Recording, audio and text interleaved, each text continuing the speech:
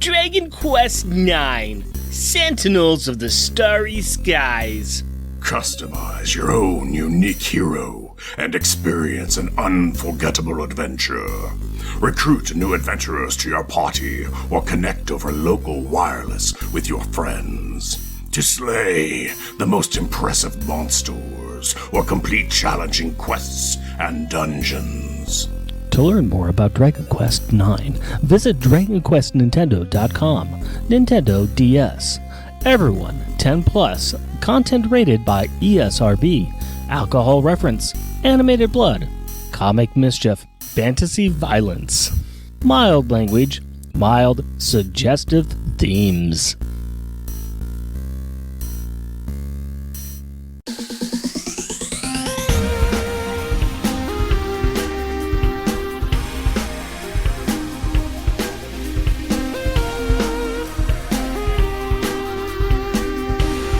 Welcome, dear listener, to our podcast. Jeff and Rick present Unpacking the Power of Power Pack, where we journey through each issue of comics that include a member of the most underrated Marvel series from the 80s while drinking beer, analyzing awesome and amazing adjacent adolescent adventures, and absorbing alcohol. I am Jeff. And I am a bug-eyed Rick. Come and knock on our door, come and knock on our door. We've been waiting for you, we've been waiting for you. Where the kisses are hers and his, random banter or two.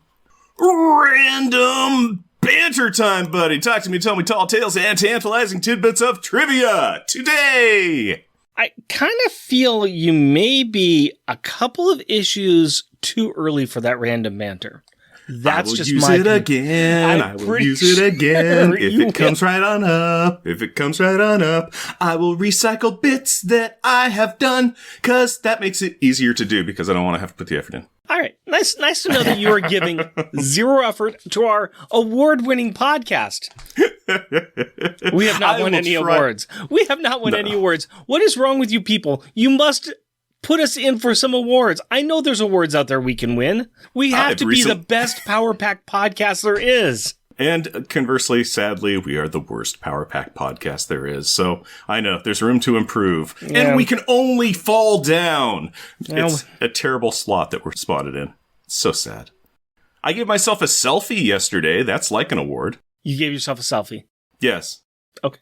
I gave myself a high five for finishing mowing the lawn 30 minutes before it started raining. So I think I succeeded on that one. Oh, cash that check, man. That is awesome. I, on the other hand, got screwed over because I wanted to go out and do some transferring of a car seat from one car to another. And every time I was trying to go out, I'm like, it's dry right now. I need to go transfer this stuff around. It's dry right now. I need to go now. And I get held back until I finally got out there. And as soon as I walked out the door, boom, rainstorm. I'm like, son of a gun! So I failed my adulting high-fiving, so I didn't get one. Nelson just kicked in your door and said, ha ha ha. Okay. Very much so.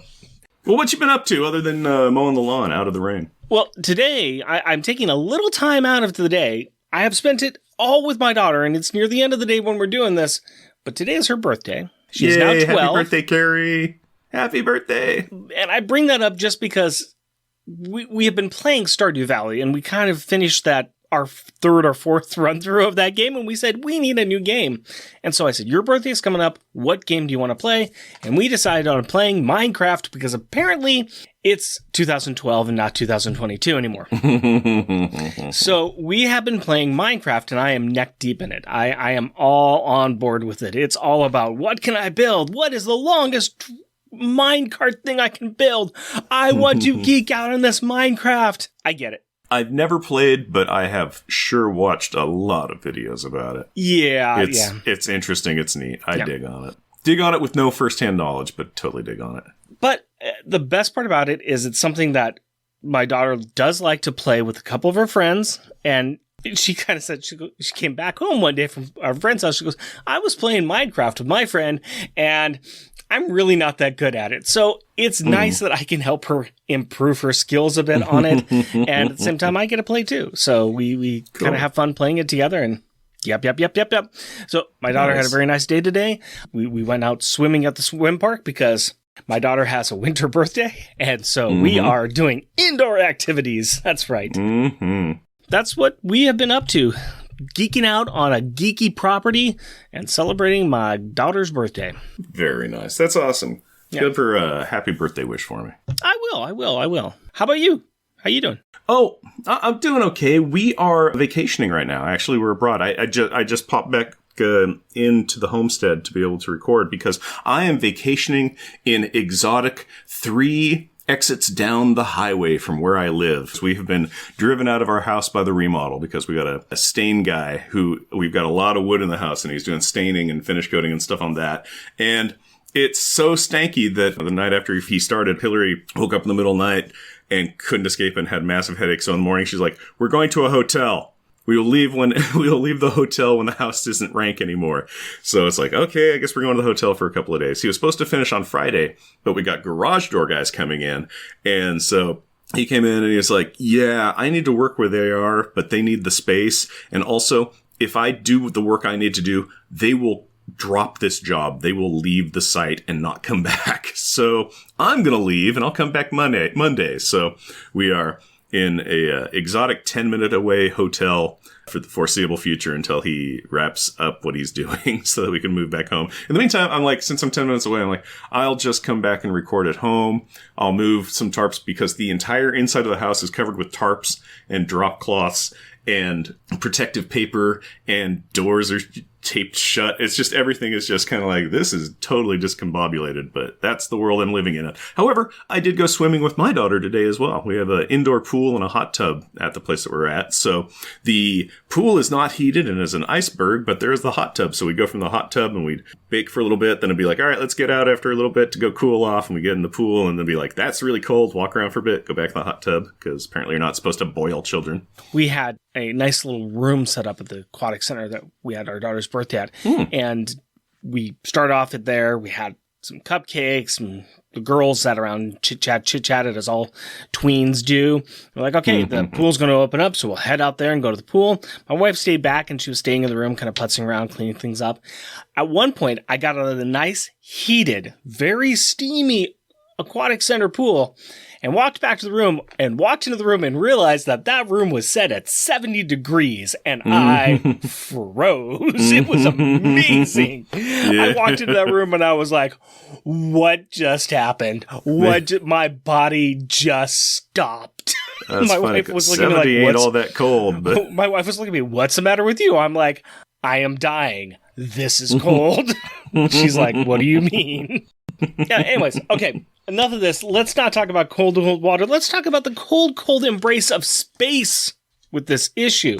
But before we do that, Jeff, give us a 2 cents replay of what happened last episode. Silver Surfer discovered the dead and buried corpse of a future Galactus in Reed's backyard, so they pack up with the Big G and go to New World to let them find out what happens when you mess with any version of the hungry planet eater. Meanwhile, Sue is on a diplomatic mission to parley with Namor, ruler of the modern-day Atlantis, and the tribes of the recently rediscovered Old Atlantis, where she observes the Abs of Atlantis murder one of the opposing undersea kings, because that is what you get when you mess with the Speedo son of the surf! Now that and while Ben Grimm is transformed into his original human flavor form, Annihilus' Earthside cult is going to attack the Baxter building to open up the gate to the negative zone. 2-sentence replay is over. Why don't you give me a beer and tell us what our Power Pack pick is? My pleasure, my friend. Why don't you reach on into that bag full of smelly stain, and I'll tell you what your beer choice is for the evening. Well, I see a price tag and a silver line of the can, so let's spin it a little more. Okay, it's from Portland Ruse Brewing, and it is called Reverse World. It's American-style India Pale Ale, and that's great. It's a blue label on it, and it's got some old walking robots, the old wind-up ones from like the 60s. That's really great. It's got the classic robot one in the middle, and then a couple of others that got big googly eye goggles and little clamps. Yep, the story time on this is a classic example of a bright and balanced IPA brewed with a sturdy malt bill to hold up the mounds of Oregon-grown Centennial, which might be something Rick is going to talk about. That was exactly what I was going to say. I'm also going to say that this is 7% ABV, and I've kind of got an embarrassment of riches with this book. I've got a lot of different things I could have picked a beer on. I found one called Reverse World. It's more of a future world we're going to, but, you know, It's New World, it's Earth with people on it, and I just thought, reverse world, because, it came about because they killed a future Galactus. I mean, this is Bizarro land, baby doll. So that's why I chose it. I thought it was going to be an interesting name for us. No, and the beer totally works because reverse world, new world. Also, it's got the robots in it, and Galactus has the Ultron AI world get caught in his gravity well of his spaceship, and Reed's old girlfriend's in it, and she's now a robot lady, and all sorts of stuff. There's a lot of things on here. This is your classic old American pale ale. It is kind of golden, kind of clear. It's got a pretty neutral smell, or it might just be all the candy I've eaten today has finally caught up with me. But it is, I don't know, pretty tame as far as an IPA goes. Yeah, the smell is very mild IPA, and the taste is kind of a malty IPA.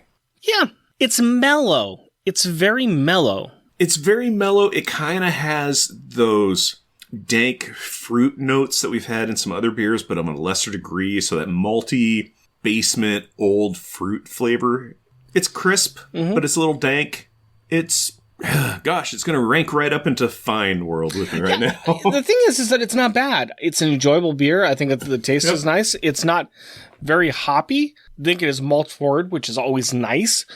It was brewed with a sturdy malt bill, which I think I can definitely taste. Yeah. Yeah.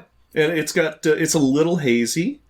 So, it's a little hard to see through it. It's, translucent, semi-transparent. Yeah. I think it'll be a fine beer to drink while we talk about Fantastic Four. But we can only do that if Jeff tells us the opening credits. So, Jeff, if you please. Fantastic Four, issue number 586, February 2011. World Eater. Writer, Jonathan Hickman. Artist, Steve Epting. Letterer, Russ Wooten. Colorist, Paul Mounts. Editor, Tom Brevoort. Editor-in-Chief, Joe Quesada. Featuring the Fantastic Four with Mr. Fantastic, Invisible Woman, Human Torch, and The Thing. Guest starring Silver Surfer, Galactus, Submariner, Andromeda, and the Future Foundation. Alex Power, Valeria Richards, 32, Artie Maddox, Dragon Man, Tong Turd, Core, Mick, Bill, Wu, and Franklin Richards. 2-sentence replay pop quiz hotshot. Where is everyone? Reed is across the universe with Galactus. Johnny and Ben are watching the kids at the Baxter building, which is about to get overrun by Arthusians. And Sue is under the sea, watching Namor kill one of the 3 leaders of Old Atlantis. Ah, you were listening. Good times. Well, let's chat about this regicide, shall we? Namor killed King Uluhar and is now surrounded by the old Atlantean royal guard while Sue is trying to regain order. It is not unlike that Cheers episode where they are having Thanksgiving at Carla's house and they are about to start a food fight and Diane tells them to stop this immediately. Except instead of mashed potatoes and cranberry sauce, we have tridents and axes. Precisely. One of the leaders of Old Atlantis reminds Sue that Namor is outmatched and he, just killed our king. So yeah, we're gonna kill the guy. But let us not forget that Namor would never, ever fail when his kingdom is on the line. Wait a minute. I love Namor, but dude fails all the time. But not when he can succeed with cunning and surprise. Boom! 'Cause this was all a setup, and his modern Atlantean forces start to attack the meeting place. Nice. Now, the Yuhari, Korati, and Mala have made it to the find out phase after the, messing with Namor phase. They realize that they are all about to die. But Sue Richards reminds us all why she is the best of the 4.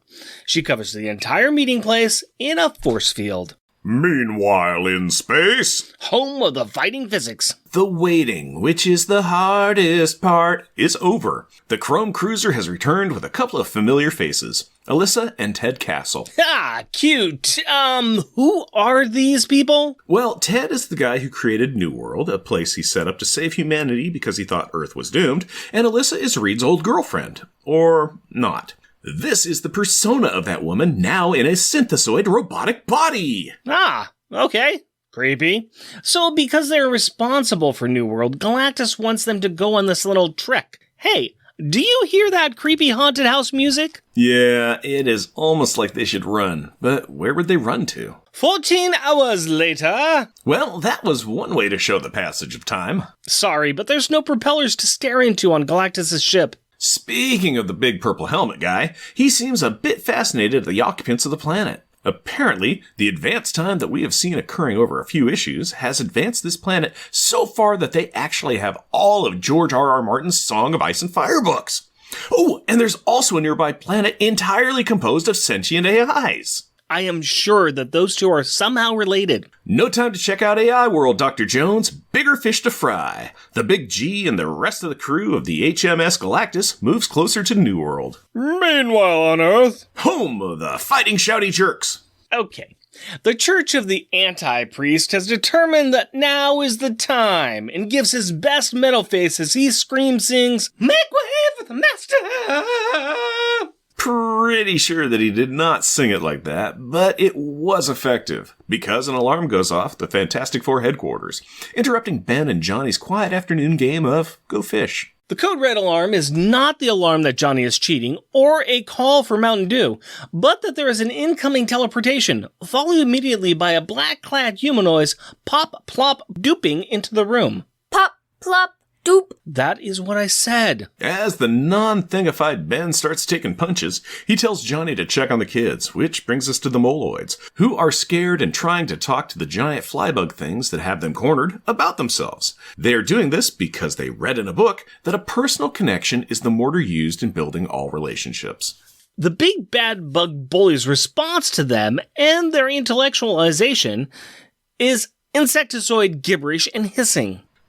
Looks like terror and prepping to eat some people is the personal connection that they use to build relationships. Luckily, Alex has snuck up behind the intruders with some of the other kids and waves his hands at the Cronenberg rejects. Slunk. As a horrified Johnny appears, worrying about Alex's apparent casual relationship with murder, Alex explains that killing these invaders is not a big deal. Because look, these things are not human, but big bug things. And that's the excuse he's using as to why he just separated their heads from their bodies with his gravity powers.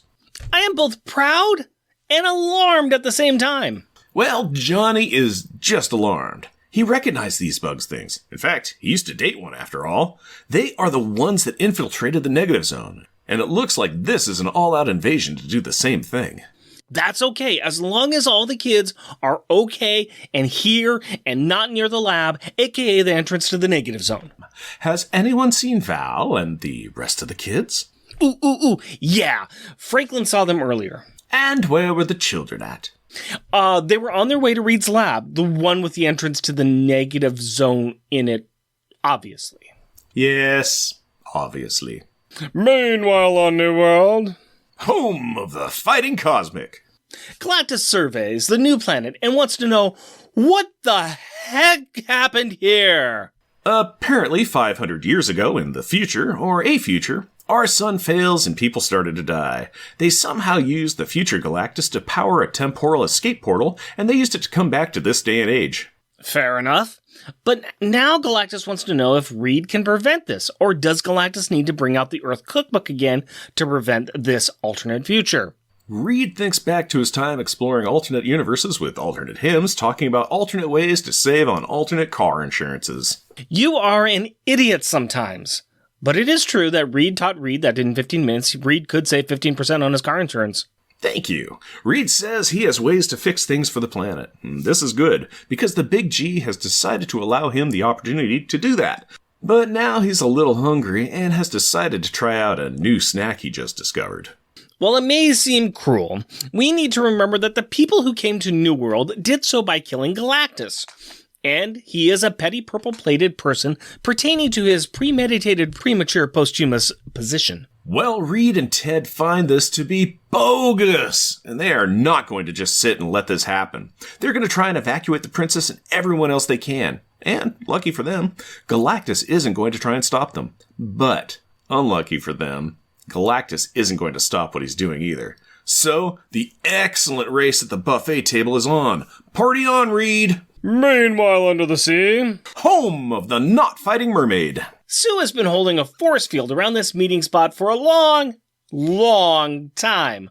Like a day or longer long. All in the hopes that the old kings can somehow talk Namor into stop being so Namory. Good luck to that, because they've had no luck so far. So she asks to see him. Namor starts by trying to charm Sue Richards. And it doesn't work. So he tries to give her a history lesson. These old Atlanteans are from a dark and more murderous time. Unlike Namor's murder, it's more murdery. Namor's people defeated these races and banished them from their records, only telling the royal line how bad these bad guys actually were. Sue points out that people change, but Namor shows her that they are still following their old playbook, and that she has been sucked into it by becoming their ambassador. Oopsies! Yeah, oopsies indeed, because Namor is sure that they are going to try and use her, and, well, then kill her. Now that's just awkward. And speaking of awkward, insert transition. Tighter than mean usual, huh? Yeah, back at the old HQ, Ben, Johnny, and all of the kids are in the lab. Johnny is using fire to keep the hordes at bay, while Val has made Ben a BFG out of some spare parts, and Bentley has built himself a bomb. Well, neato! Or to quote Ash, groovy. Move aside, children. Daddy gonna work. Zoop zoop, zoo, zoo, zack. As Johnny checks in with Val about locking down the portal, another bug pops in and attacks our young little girl. Both Johnny and Bentley react. Bentley does so by kissing his mom, telling it he loves it, and using it to blow up the bug. Okay. Johnny and Val have a moment where Johnny asks about how strong the shielding on the door to the negative zone is. Like stronger than bubblegum in the hair level? Val assures him that it is stronger than that. It's strong enough to keep out the intruders unless, they do something completely unexpected. Do you mean like swarming the door, fusing together, and exploding simultaneously? Ba-boom. Yeah, something like that is pretty unexpected. Yes, it was. And that's the ballgame, folks, as bug monsters of all shapes and sizes start to storm the castle. It's never kittens. Then never overwhelm us with kittens. Why not? All right, let's move on to the themes of the issue. Shall we? Let's talk about these covers. And I say covers because there is a lot of covers to this. Well, a lot. There's 3 covers. There's actually the main cover and then the 2 covers that are part of the series that we've been talking about for the prior issues. And we've got the alternate cover B, which is Fantastic Four, and we see Etty. So we see part of an E, the E, and TY, and that's by Steve Epting. And the other one's by Steve Epting, too, and it's a Human Torch. It actually almost looks like Reed Richards' Human Torch. Yeah, I know. It's almost like a Reed Richards, and the word on top of that says on. And then there's a guy on fire, so it's on fire. Reed's on fire! Yeah. Danger! Reed's on fire! But the main cover is pretty cool. And this one's by Alan Davis, Mark Farber, and Javier Rodriguez. And this one is in space on Galactus' ship. It looks like Galactus is at his controls. And he's fighting with Reed Richards, which is pretty hilarious because Reed is just all stretched all around him. So just spaghetti all around him. And Galactus kind of has his hand up like this and Reed's pulling against him. It's pretty cool looking. It's a good looking one. It is inaccurate, but it's pretty cool looking. Yeah, this is what kind of is leading into the ending of the book, maybe, but Reed's not fighting with Galactus. He's like, we gotta go and save everybody on planet. No time for you. Bye-byes. It's the mental fight that they're having in this book. There is a little mental fight going on. It's kind of interesting to see that, where Reed's doing his little dig-in fight things. They're still kind of parrying back and forth a little bit, but very, very, very minorly in their kind of mutual respect. And also, we got other fish to fry. Let's just move on with it. So all of this is going up into next issue, where we are going to have the last issue of this run is going to end with somebody in the Fantastic Four dying. And they're setting it up pretty well because they have really split the Fantastic Four into 3 sections. They've also put Ben in a position where he's more vulnerable than he's ever been. Mm-hmm. So Ben's in a vulnerable state. Him and Johnny are fighting this onslaught of bugs. Reed is trying to save a planet, and he's up against Galactus. And Sue is the stopgap between an unreasonable Namor and a bunch of old kings who have their own level of politics, and she's the only thing holding these together. They are all kind of separated, and the worst thing that can happen to any of them could happen. So yeah, nobody's safe. Nobody's safe. So it's kind of nice. I like how they do split this up. I think that this is a good final setup issue. This is probably a little bit down a level from the last couple of issues we've seen, but it's really soft playing what's coming next. This is just taking all the pieces into their final positions before next issue. So it's not great, but I think it's a good story, and I think it's a good continuation of what's going on.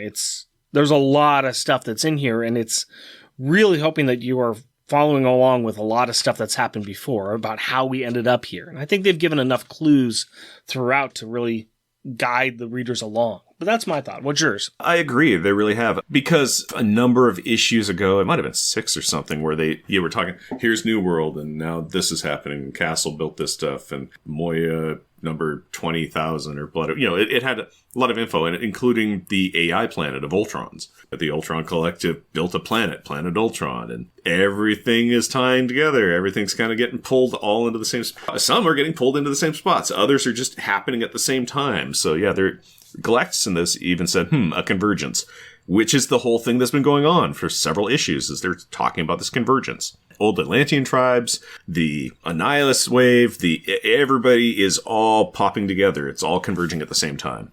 It's interesting. It really is. It is very much a setup issue. Yeah. It's pulling some veils off the eyes. It's explaining some stuff. But it is setting up for, boom, New World's going to be destroyed and eaten by Galactus. Boom, we got to save some people. Boom, Namor is going to do genocide on 3 races that just got rediscovered because that's what needs doing. Boom, Annihilation wave's coming. Wow, oh yeah, there's a lot happening. It's that snowball that's going to cause the avalanche point right now. Let's go ahead and talk about each one of these things, I guess. Sue and the Atlanteans. Sue is she's hanging on. She's holding on. Yeah, she really is. She's she's in charge of the situation right now because, and it's not just a force field over a meeting place. She has like a force field over a small township kind of thing. It's underwater. She's like protecting a Hilton or something along those lines. There's a big space that she's protecting and has been all day. While this is going on, there's not fighting going on inside. There's, Namor ships outside that were bombing the place, but they're out of commission now because they can't get through the force field. But nobody inside is fighting, although they have captured Namor, but they haven't said explicitly, like, we've killed his guard, we've been torturing him. It's just like, he's just being unreasonable. He doesn't want to not kill us. She's on a diplomatic mission, and she's just like, our diplomacy is no. But it's all external, though. She's just keeping Namor's forces from destroying him on the inside, but that's also, she's kind of keeping the peace there, too. And everybody's in stalemate. Yes, she is stalemated them very well. But keep in mind, it's not just keeping the people from getting in, because she even said, she's like, nobody's going to get in and nobody's going to get out. Yeah, she has locked everyone down. It's a big holding pattern. She is Sue Stalemate Storm. And she's one of the few people that can talk to Namor as well. So yep. Yeah, because Namor's not going to just go like, hey, I need you unconscious right now so that my forces can blow up this thing. Don't worry, I'll probably protect you. Punch. He's not going to do that. No. And he's also explaining to her exactly how big of a mistake she made. Mm-hmm. Early on, she thought it was an honor, and she thought that she could really move peace along by being named the ambassador to these Atlanteans. She thought, sweet, great, I can do this. But Namor's coming in and saying, yeah, you kind of messed up here. You don't know their history. They use their ambassadors as pawns that they expect to kill them. Mm-hmm. That is your role, is you are to be sacrificed. And that is their normal way of doing business. You don't understand these people. I do. But the frustrating part on that is he has this air of superiority about it because it's like, you don't know. And it's like, nobody knows Namor. You're telling us this was information that was erased from history and only passed down in your very hidden Book of Kings. Yeah. This is a generational, from regent to regent, kind of like, and here's some information that only you will know. To be fair, on Namor's side, this is what he does. He continually fights to save his kingdom, and he has to fight everybody. And here's just a new batch of fools for him to go up against. Yeah, new old batch. This is not his first rodeo, and he knows things, and he doesn't tell people things because that's his only power that he's got. And little ankle wings. Cute little ankle wings. He's got that power too. Yeah. Now we have Reed and the New World, and this is what Reed wants. Reed wants to be able to be put in a position where he's got to try to save a world. He's always trying to save Earth, and now he has to save this pseudo-Earth that's out there. He has so much intelligence and so much experience of working with all these alternate universe Reed Richards, and he thinks he can solve all of the world's problems, and now he's putting to the test with it. Yes, I can save Earth. I can make sure that this future where Galactus, you are not killed to populate this planet. And now he's got to save the people on this planet. This is what he does. This is Reed's thing. Yeah, he's been training for this day his whole life. Yeah. Yeah. Yeah. Yeah. I don't think he's going to save the planet. I think it's getting it. I think he might be able to save some New Worlders. Yeah, maybe. That's pretty much what he's going to do, is he wants to save as many people as he possibly can. Ain't going to be as many as he hopes for, I bet. Yeah. Ben is still human. He is in the middle of this week-long period of time that he's human, so he needs to step up, and he needs to be armed, and he gets armed by Bentley and Val. Yeah, Bentley and Val. He needs assistance. He really does, but he still steps up. Yeah, yeah. He gets a big gun, and he shoots people. Yes, he does. He also punched some dudes. Yeah. Yeah, so he punched some dudes and then shot some guys. Turns out, all bugs, so it's okay for murder. Yeah. Thank you, Alex Power, for that. Yeah. That's probably going to come up later. Alex finally shows up, and he shows up to rip bugs apart because they're bugs. Not that he doesn't have experience with aliens. And that there are some good aliens out there. He has just drawn the line in the sand that said, nope, these are bugs. It's time for raid. Yep, like I said, this might come up later. But to be fair, I am going to go on Alex's side here because I'm like... I'm not against it.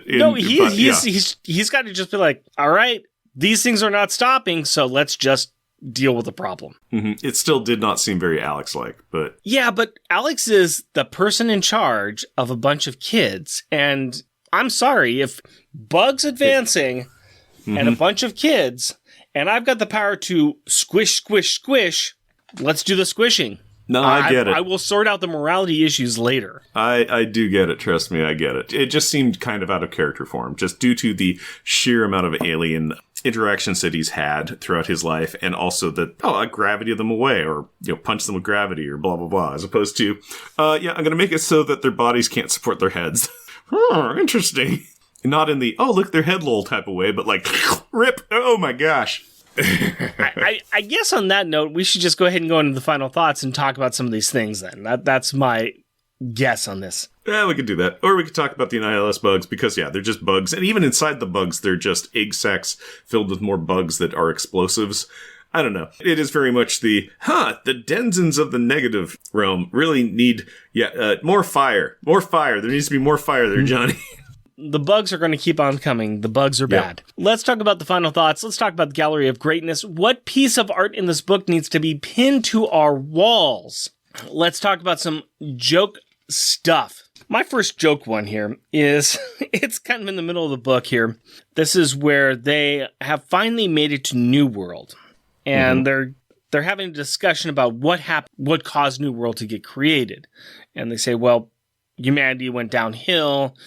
And Galactus says, well, can you fix this? And Reed starts thinking through all the things he did. And one of the things he did with the alternate Reeds is he visited this wheat field. It's feeding all the worlds. And the Reed said, I have hundreds of worlds like this. Take a look now. Pretend there's no horizon. So I saw this picture and I just thought, is this heaven? No, Reed. It's just alternate Kansas. I don't know why. Imagine Kansas for as far as the eye can see. And then Reed just goes, so you mean like regular Kansas? No, is this heaven? No, Reed, it's just an alternate Kansas. It's a field of dreams, Reed. It's a field of dreams. I like it. What do you have? What do you have as a joke one? My joke backup one is on Marvel Unlimited, page 21, and I call it A Boy and His Ball, which happens to be a bomb. Yeah, this one's my top one. I call that one Something Wrong with That Boy.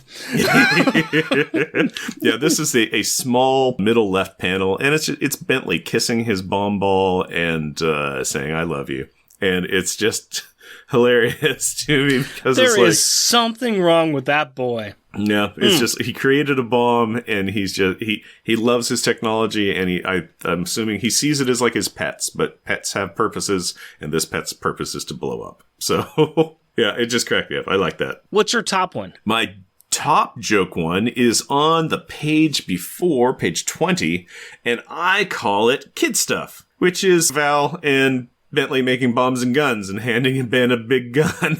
It's just kid stuff, It's the things that kids do. It's kid stuff, building blocks that shoot bullets. Here's all the cool stuff we built, and it's stuff to go boom. Yep.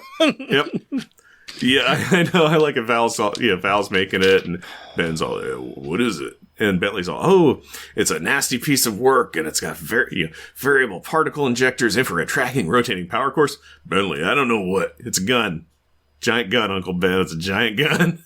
It's great. Yep. So my backup good art, it's on page 20 or something like that, or probably about page 19, 20 or something. After Galactus has said, I'm going to start eating this planet, and Reed and Ted and Elisa, they start running away from Galactus, and I named this one. Top.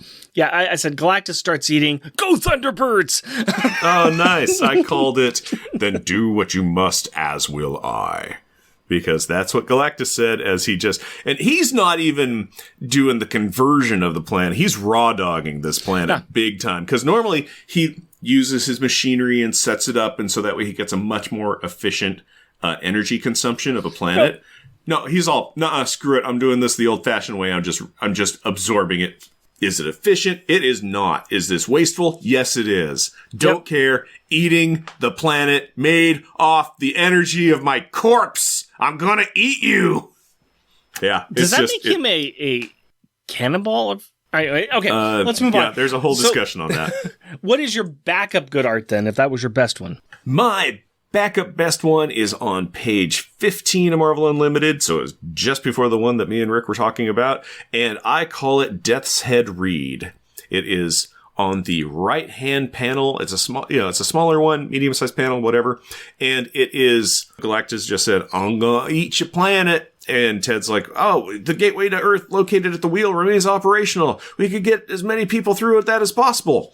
Now, the shadowing, and he's telling that to Reed. The shadowing on Reed, half of his face is Reed, the other half is suggestive of it, but it's very skullhead. It's a skull face. And it's very much just this is Reed's moment to choose life or death for these people. Because he could just say, because Galactus has just told the surfer to go. It's like, okay, take him back to the ship. Yeah. And I just like that because it's very, very subtle. And it may not have even been intentional. It's just shadowing on Reed, but it looks very Death's Head. And I see it as very much a very big, it is a tipping point for him at this point to decide, does New World live? Does New World die? Do I just go and save my own planet or try and possibly try and save my planet? Or do I put that to the risk and hazard trying to save New World as well? And I'm like, that's it.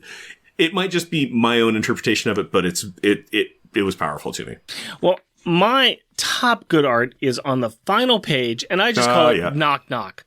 And this is where they have failed, that the bugs have come around and they have boom blasted the shield, and there's just all of these bugs and horrible creatures from Annihilus crawling out, and it is just vicious and nasty looking. It is, really is, because there's a lot of bugs, and they're pretty creepy looking, and it screams a nasty situation. Knock. Yeah. Very much knock knock. Let's talk about some rubber and glue moments. What was the best or most childish insult in here? And I was actually having hard time with this, actually. I've only got one listed here, so maybe we got a couple more. What do you have for your backup one? My backup one is on page 7, and this is when Reed sees Alyssa, and he's all, Alyssa, Ben and Johnny told me that you had been killed, but you look just fine. Oh, I'm far beyond that, Reed. This new Alyssa Moy 2512 body is the perfect container for my reassembled persona. It's still me, just better than ever. And Reed's response to that is, cool. Yeah. Cool, robot girl. Yeah, because she also pops her robot extremities, and she's got like a cyclops eye and just, I don't know. Yeah. something coming out of her shoulders. It's just kind of like, oh, this beautiful woman who I once dated and had affections for. Hi. Hachi machi. Yeah. You rode some rough roads. So things been bad, huh? Yeah. But he's not excited. He's just cool. So my only one that I found was on the first page, and it was where one of the kings of Old Atlantis is saying, Namor has murdered Ulhar, so he must die. He was a fool to do so when we so clearly outnumbered him. Calling Namor a fool. That takes some pretty big barnacles there, buddy. Yeah, that does. I did see that one, but I didn't pick that one. I can tell you my top one. Yeah, please I can tell you my top rubber and glue. This is when Galactus has said, okay, hey, yeah, you can go and try and save Earth. Go on back to the ship. But right now, I hunger. It very much the intimation of, I'm going to eat your planet. And Ted's all, what? No! There's 6 billion people on this world. You cannot kill all of them. Galactus's response is, who tests God and does not wager their life? A price will be paid. Yeah. Yep. You got a bit of an ultimatum there. Is good. I like that a lot. Time for Parent of the Year. The Reed Richards Award for Good Parenting. Who had a good parenting moment or a bad parenting moment in this book? I've got a good one here. I'm going to say Ben Grimm. Ben Grimm stood up and he worried about the kids when the attack came. So, attack's coming. Where are the kids? We got to protect the kids. I thought that was a good parenting moment. He was an awesome parenting moment. I had somebody for bad and I pulled them, and then I was going to do Ben for good parent because he, at one point, he even said, Daddy's got to work. Move out the way. Daddy's got to work. And I'm like, that's awesome. That's total parenting. Awesome. I decided not to go with him, though, but amazing choice. Excellent choice. I fully am on board with it. But I went for Sue. Okay. We discussed it before. She stalemated everybody. She's putting everybody into their corner. She's still trying to get everybody to get along. She's trying to recover from... She's hosting a child's birthday party, and it's falling to pieces, but she's still trying to keep it working.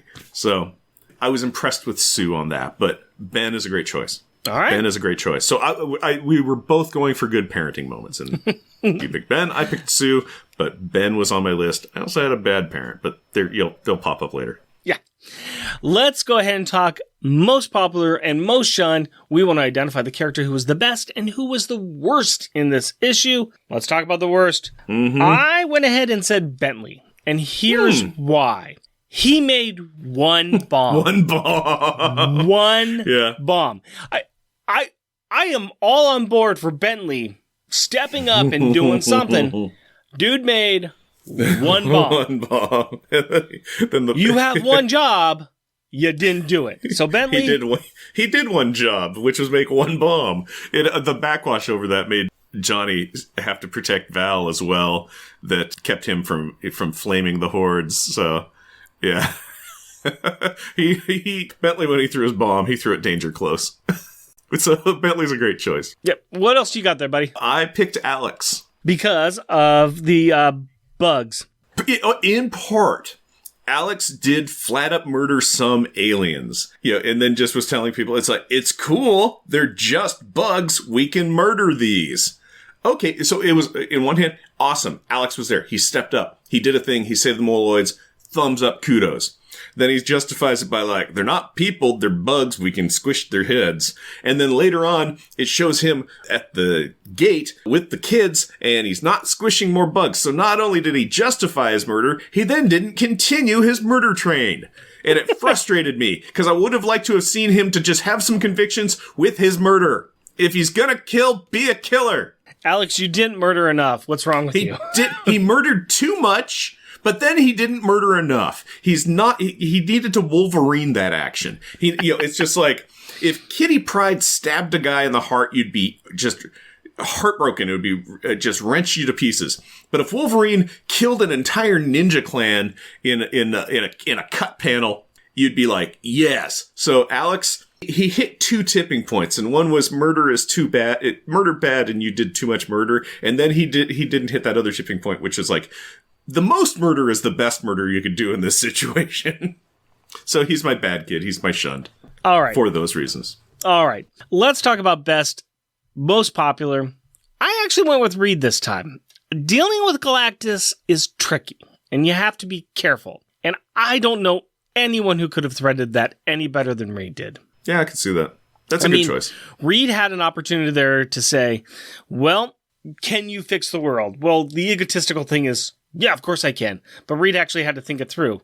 Can I fix all the things that are going on?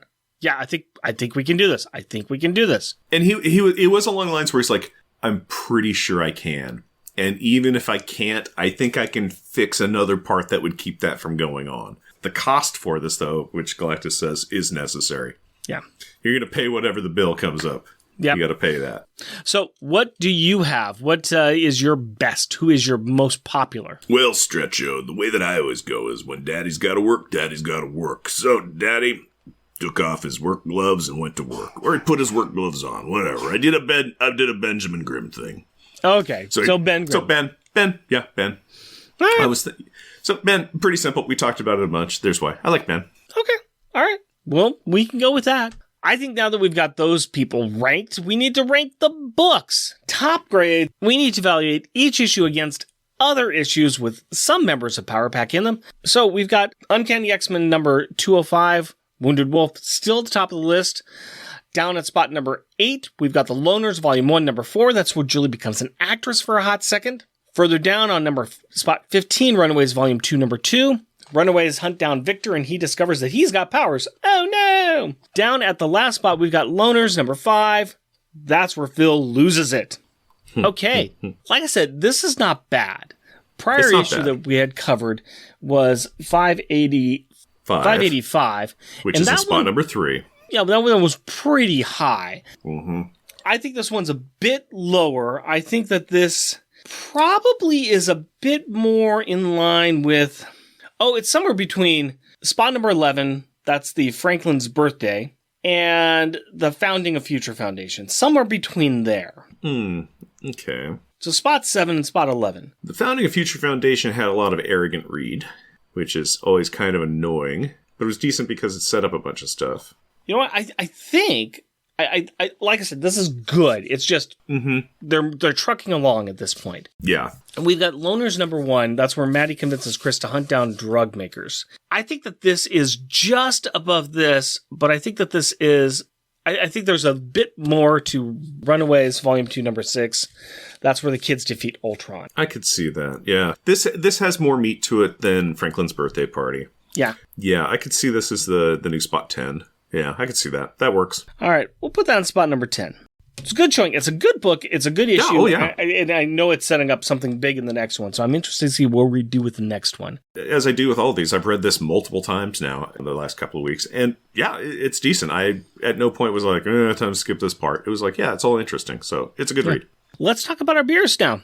What do we think about the beer? How did you like Reverse World? You remember an hour ago when I said this is probably going to rank in my fine category? Still fine? Yeah, it's fine. It makes me, yeah, right there. It makes me make a little bit of a face. Yeah. Whatever it is about it, there's some things that are near to being pleasant for me, but a lot of it is near pleasant, but closer to not pleasant. So it's fine. I am drinking it. I'm going to finish this. Would I drink it again? Yeah, probably. Would I still make the same faces? Yes. 3 is right in the middle of the road. I'm going to go a 2.5 for it. Okay. I'm going to go ahead and say it's a 3.5. I'm enjoying it a little bit more than that. So, yeah. That's easy. We figured that one out. And you know what else we should figure out? And that's where Rick talks to his now 12-year-old daughter. She's a tween. About the book that we just covered. So Rick and Carrie, take it away, my birthday girl. Hello, Carrie. Hello, Daddy. How are you doing today? Good, and you? I'm all right. Especially since we get to talk about another Fantastic Four comic book. What are you thinking about this one? Cool. What did you like? What didn't you like about it? I don't even know if I didn't like anything about it. It was just okay. It was, What about the story intrigued you? It was cool to see Alex use his powers for the first time in the series, I think. Okay, so how did Alex use his powers? What did he do? Did he, like, turn them inside out or something? Pretty much. He destroyed, he killed, he decimated these bugs, right? Yeah. Are you okay with that? Yeah. Why is it okay that he did that? Okay, actually, I'm not okay because, that meant there's like little egg sacs and then there's more of them. Okay, besides that, he killed something. He killed what looks like sentient light. Is that okay, though? Do you mind that he did that? And in reality, it probably wasn't okay, but... But why did he do it? Because some of his friends were in trouble, and yeah. So he did it to save his friends, right? Yeah. You think that's okay? Slightly. What else did you like about this book? Got to see more in the name or story. Yeah, what did you take away from his reasons for killing that king? They were gonna kill Susan. Uh-huh. And there's like a long history of war or something between them. Yeah, Namor has a lot more information about these old kings and understands why they do the things that they do, right? So he's expecting things to be really, really bad. Yeah, and Susan's just doing a portal around the castle, the kingdom, whatever. So no one goes in and no one goes out and such. And she's trying to keep Namor's forces out and make sure that she's trying to keep the peace is what she's trying to do. Mm-hmm. What else? Is there anything else that really strikes you about this book at all? There's like 3 storylines, aren't there? Yeah, there is. What about the storyline that Reed's doing? What can you take from that? Galactus found out that in the future he's gonna die, so be killed by these New World people. Mm-hmm. And so he sets out to find the New World, and then he eats it. Well, he gives Reed a small chance to get everybody off the planet, and then he starts to destroy it, right? Yeah. So there's a lot going on, and we're going into the next issue, and we think something bad's going to happen in the next issue, right? Yeah. Are you excited about it? Sure. Because bad things is interesting. It's better than people being like sitting around all day and having good things happen to them. You're becoming a little bloodthirsty. Well, something's bad's normally always gonna happen in comic books. That's especially fair. superhero ones. Yeah, okay, that's fair. Is there anything else you want to talk about? I don't think so. All right. Thank you very much for your time, Carrie. Okay. I love you. Love you too. Mwah. Thank you so much, Carrie. I hope you had a wonderful birthday, and we love it that you joined us on the show. Shout out time. We'd like to recognize those listeners that take time to write in or leave us a review, and this is for episode 119, featuring Fantastic Four 580, the Fantastic Four. They go see Impossible Man. And we got some likes and retweets from Clinton Robeson and his podcast, Coffee and Comics and Fan Film Fridays. Matthew Birdsey. Tim Price, the Podcrasher, and the Outcasters podcast. Waffles and his podcast, Waffles and Mates Talk About Things. We also like to thank those lovely individuals who give us a little bit of cash in order to do our shows and help us out on our Patreon. That includes adorably astonishing and amazing Andrew Burns, cheerfully cheeky and charming Char Logan, challenging, cheesy, and chuckling Charles Gears, destructive and devastatingly delightful Damian Witter, dynamically dangerous and devious Doug Jones, exciting, energetic, and entertaining Edward Verocci, intelligent, interesting, and innovative Isaac Perry, jesting, joking, and jovial Jeff Polier, just jealous and jewel Jeremy Daw, muscly, mighty, and meticulous Matthew Birdsey, mythical and magnificently monologuing Matthew Laserwitz, rudely rhyming and running Rustin Fritcher, steely, salty, and steamy Sailor Bear Zodar, sad and sickeningly silly Shag Matthews, strange and stirringly steady Stephen Gray, tyrannically terrifying and tame Tim Price, technically terrific and triumphant Todd Enoch, way wordy and wobbly Waffles, weird and wonderfully wacky Wind. Next issue, we're going to cover Fantastic Four, Volume 1, number 587, The Last Stand. Be sure to check out my other show, Monthly Monday Movie Muckabout, on the Long Box Crusade Podcast Network. And we have some merchandise available on Redbubble. Go to redbubble.com and search for Unpacking the Power of Power Pack. Jeff and Rick Presents is a bi-weekly self-produced podcast recorded in front of a live studio audience of a coaster for Fast Enterprises in Portland, Oregon. If you'd like to interact with us through the magic of the internet, you can do so through Twitter at Jeff and Rick Present, our Facebook page, Jeff and Rick Present, our email address, Jeff and Rick Present, all one word, at gmail.com, or at our website, jeffandrickpresent.wordpress.com. Also, our YouTube channels at Jeff and Rick Present. And if you would like to help support our show, we are on Patreon. You can find us at patreon.com, Jeff and Rick Present, all one word. We are also a proud supporter of the Hero Initiative, and we will be donating 10% of our Patreon donations to this great cause. We encourage everyone to give what they can to this worthwhile organization that helps the creators who provide us with such great content. Go to heroinitiative.org to find out more. Please rate and review us wherever you can, tell your friends about us, or share your love for us on social media. And as always, we want to thank the powerful people in our packs. My wife Cindy and our daughter Carrie. My fiancée Hillary and our daughter Aurora. We love you. Until next time, Costumes off. Our theme music is 80s Action by Kevin MacLeod. Also featured in this episode is Video Dungeon Crawl by Kevin MacLeod. All music is found at incompetech.com and is licensed in a Creative Commons by Attribution 4.0 license. Said fantasy language, it's fantasy violence. I like fantasy language. It's like, we gotta warn the kids about it. They might be speaking Elvish. Slunk. This is the persona of that woman, now in a synth. Slunk. Make way for the master! Spiked. Yeah, it would.